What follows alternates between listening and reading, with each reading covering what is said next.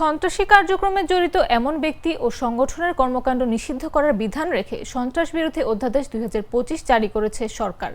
রোববার রাতে আইন মন্ত্রণালয়ের লেজিসলেটিভ ও সংসদ বিষয়ক বিভাগ থেকে এ অধ্যাদেশ জারি করা হয়েছে। এর আগে উপদেষ্টা পরিষদের বৈঠকে অধ্যাদেশের খসড়া চূড়ান্ত অনুমোদন দেওয়া হয়। সংশোধিত অধ্যাদেশ অনুযায়ী সরকার সন্ত্রাসী কর্মকাণ্ডের সঙ্গে জড়িত কোনো ব্যক্তি বা সত্তার কার্যক্রম নিষিদ্ধ করতে পারবে। আগের আইন অনুযায়ী সরকার সন্ত্রাসী কর্মকাণ্ডের সঙ্গে জড়িত কোনো ব্যক্তিকে গ্যাজেট প্রজ্ঞাপন দিয়ে তফসিলে তালিকাভুক্ত বা সত্তাকে নিষিদ্ধ ঘোষণা ও তফসিলে তালিকাভুক্ত করতে পারত। সংশোধিত অধ্যাদেশে নিষিদ্ধ সংগঠনের অনলাইনে বা সামাজিক যোগাযোগ মাধ্যমে প্রচারণাও নিষিদ্ধ করা হয়েছে।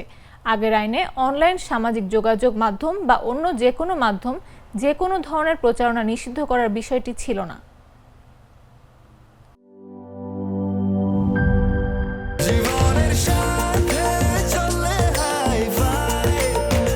স্বাস্থ্যকর অল টাইম ফ্যামিলি কেক, সব সময় অল টাইম হেলদি লাইফ।